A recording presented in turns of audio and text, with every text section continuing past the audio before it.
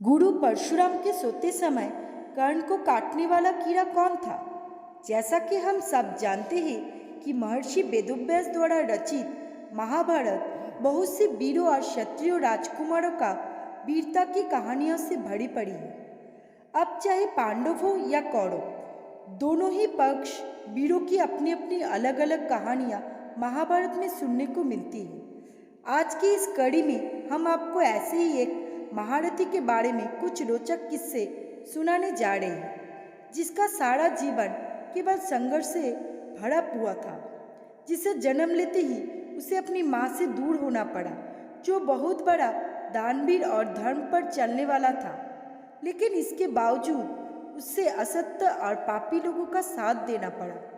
महाभारत का वो पात्र जिसे ना चाहते हुए भी बेवजह किसी न किसी श्राप का भागीदार होना पड़ा, और वो श्राप उसके जीवन को लेकर ही समाप्त हुआ।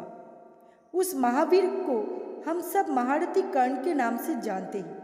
नमस्कार दोस्तों, मैं हूँ नीलम और आप देख रहे हैं नीलम स्टोरी प्लेस। चैनल पे नए आए हैं तो चैनल को सब्सक्राइब जरूर कीजिएगा और कमेंट में लिखिएगा जय श्री कृष्ण।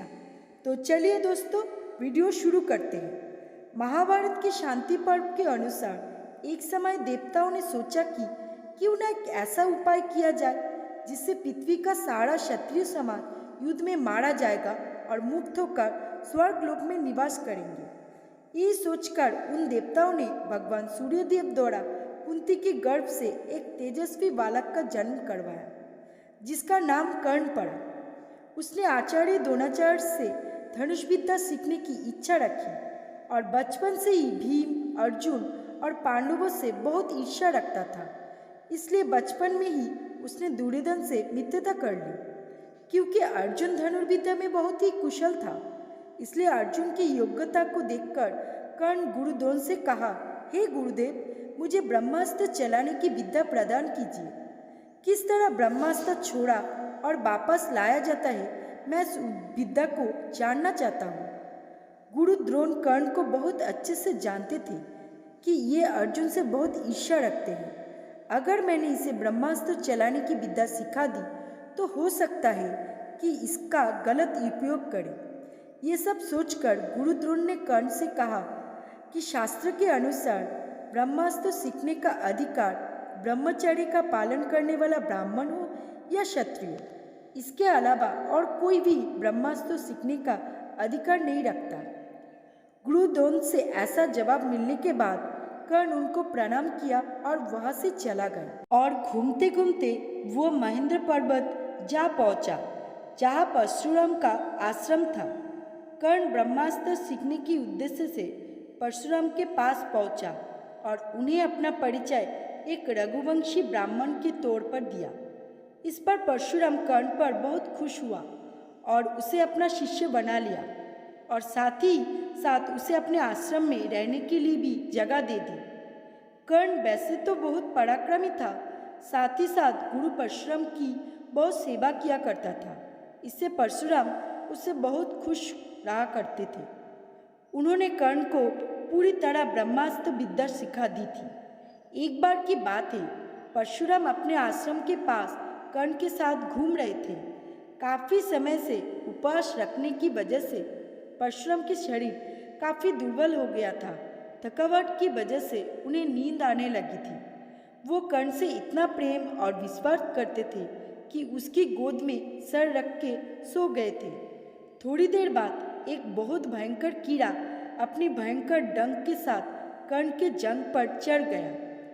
जांघ पर चढ़ते ही वो कीड़ा काटने लगा और इतने भयंकर तरीके से काट रहा था कि जांघ से खून की धारा बहने लगा। लेकिन कहीं मेरी गुरु की नींद न खराब हो जाए, ये सोचकर कर्ण ने उस कीड़े को वहाँ से नहीं हटाया और चुपचाप उस दर्द को सहता रहा। कर्ण की जांघ से इतना ज़्यादा खून निकलने लगा, वो जगह काफ़ी भीग गई। इसकी वजह से परशुराम की नींद टूट गई। जैसे ही उन्होंने नींद खुला, उन्होंने देखा कि एक भयंकर कीड़ा कर्ण के जांघ को काट रहा है। गुरु परशुराम की नज़र उस कीड़े पर पड़ते ही कीड़ा अपने शरीर छोड़कर एक भयानक राक्षस के रूप में आकाश में खड़ा हो गया। उसने गुरु परशुराम को प्रणाम किया और बोले, हे प्रभु, ये बात सतयुग की है। मैं उस समय डंस नाम का असुर था। एक दिन मैंने अपनी दुष्टता को चलते ऋषि भृगु की पत्नी को हरण कर लिया, जिसकी वजह से उन्होंने मुझे भयंकर कीड़ा बनकर नरक भोगने का श्राप दे डाला। मैं बहुत घबरा गया और उनसे श्राप के अंत के बारे में जानना चाहा, तो उन्होंने कहा, मेरे ही वंश में परशुराम का जन्म होगा और सही समय आने पर जब उनकी नज़र तुम्हारे ऊपर पड़ेगी तो उसी समय तुम इस श्राप से मुक्त हो जाओगे और अपने असली शरीर में वापस आ जाओगे। इस तरह आज आपकी वजह से भृगु के श्राप का अंत हुआ। इतना कहकर वो असुर परशुराम को प्रणाम करके अपने लोक चला गया। इस घटना के बाद परशुराम ने कर्ण से पूछा, हे कर्ण, इस कीड़े के काटने के बाद भी तू इतना दर्द कैसे सह रहा था? ऐसा दर्द ब्राह्मण कभी नहीं सह सकता। तू जरूर क्षत्रिय कुल का है। अपना सही सही परिचय दे। कर्ण ने उत्तर दिया, हे गुरुदेव, ना तो मैं ब्राह्मण हूँ और ना ही क्षत्रिय कुल का हूँ। मैं एक रथ हाँकने वाला का पुत्र हूँ और मेरी माता का नाम राधा है। मुझे ब्रह्मास्त्र चलाने की विद्या सीखनी थी, इसलिए मैंने अपना झूठा परिचय आपको बताया। कृपया मुझे क्षमा कीजिए। इससे परशुराम ने बोले, हे मूर्ख, तूने झूठ का सहारा लेकर मुझसे ये विद्या सीखी है, इसलिए युद्ध में जब तुझे इस विद्या का जरूरत पड़ेगी उसी समय तू मेरी दी हुई इस विद्या को भूल जाएगा। कर्ण उनके पैरों में गिरकर दया की भीख मांगने लगा। वो बोला, कृपया ऐसा मत कीजिए, मैं आपको धोखा देने की नियत से नहीं आया था। बस मैं सीखने के लिए बेचैन था और कोई भी सिखाने के लिए तैयार नहीं था। सिर्फ आप ही अकेले ऐसे इंसान हो जो किसी ऐसे को सिखाने के लिए तैयार हो जो कि क्षत्रिय ना हो। परशुराम का गुस्सा ठंडा हो गया। वो बोले, लेकिन फिर भी तुमने झूठ बोला। तुम्हें अपनी स्थिति मुझे बतानी चाहिए थी। तुमको मुझसे बात करनी चाहिए थी, पर तुम्हें कभी झूठ नहीं बोलना चाहिए था। मैं श्राप वापस नहीं ले सकता, पर मैं देख सकता हूँ कि तुम्हारी महत्वाकांक्षा राजपाट पाने या शक्तिशाली होने की नहीं है। तुम सिर्फ यश चाहते हो और तुम्हें यश मिलेगा। लोग हमेशा तुम्हें एक यशस्वी योद्धा की तरह याद करेंगे, पर तुम्हारे पास कभी शक्ति या साम्राज्य नहीं होगा और तुम कभी महानतम धनुर्धर के रूप में भी नहीं जाने जाओगे। पर तुम्हारा यश हमेशा बना रहेगा, जो कि तुम्हारी चाहत भी है। लेकिन मेरी आशीर्वाद से कोई भी क्षत्रिय युद्ध में तुम्हारा बराबरी नहीं कर सकेगा। अब तुम तुरंत ही मेरे आश्रम को छोड़कर यहाँ से चले जाओ। परशुराम के कहने पर कर्ण तुरंत वहाँ से चला जाता है। इस श्राप को लेकर कर्ण भटकता रहा। वो शिक्षा पाकर खुश था, खुद के सामर्थ्य को लेकर भी बहुत खुश था, पर वो इसे कहीं प्रदर्शित नहीं कर सकता था, क्योंकि सिर्फ क्षत्रिय ही युद्ध या प्रतियोगिता में भाग ले सकता था। वो आंखें बंद करके किसी भी चीज पर निशाना लगा सकता था, पर अपने कौशल को प्रदर्शित नहीं कर सकता था। उसे बस यश की चाहत थी और उसे यश प्राप्त नहीं हो रहा था। उदास होकर वो दक्षिण पूर्व की तरफ चला गया और समुद्र के किनारे जाकर बैठ गया। वर्तमान समय के उड़ीसा राज्य में कोणार्क के पास उस स्थान पर बैठ गया जहाँ सूर्यदेव की कृपा सबसे अच्छे से पाई जा सकती थी।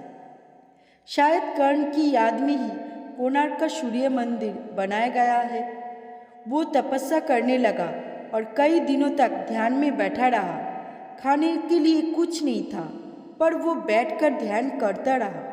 जब उसे बहुत भूख लगी तो उसने कुछ केकड़े पकड़कर खा लिया।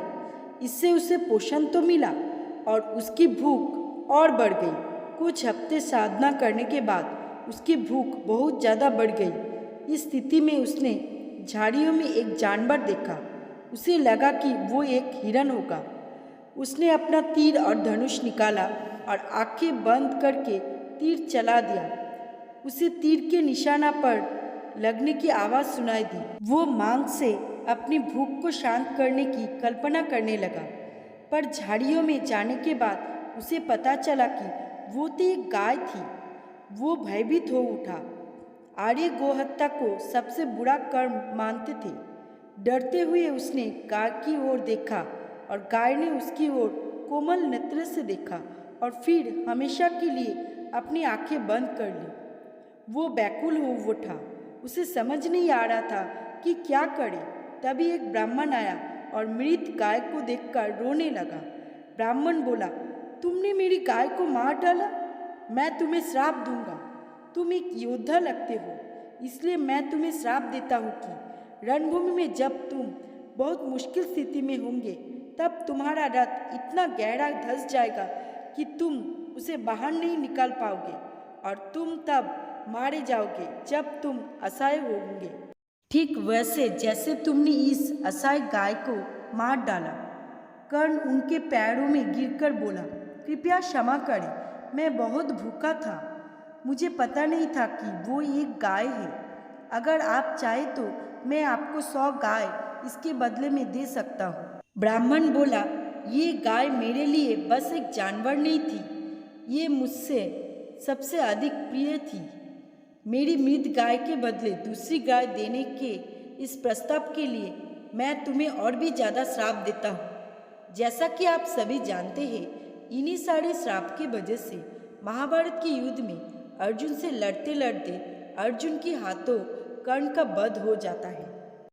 दोस्तों, आज की कहानी आप लोगों को कैसी लगी कमेंट में ज़रूर बताइएगा और वीडियो अच्छी लगी तो वीडियो को लाइक ज़रूर कीजिएगा और चैनल पे नए आए हैं तो चैनल को सब्सक्राइब करना बिल्कुल मत भूलिएगा। मैं आप लोगों के लिए ऐसे ही रोचक कहानी लेकर आता रहूँगा। कहानी पूरा सुनने के लिए आप सभी को दिल से धन्यवाद।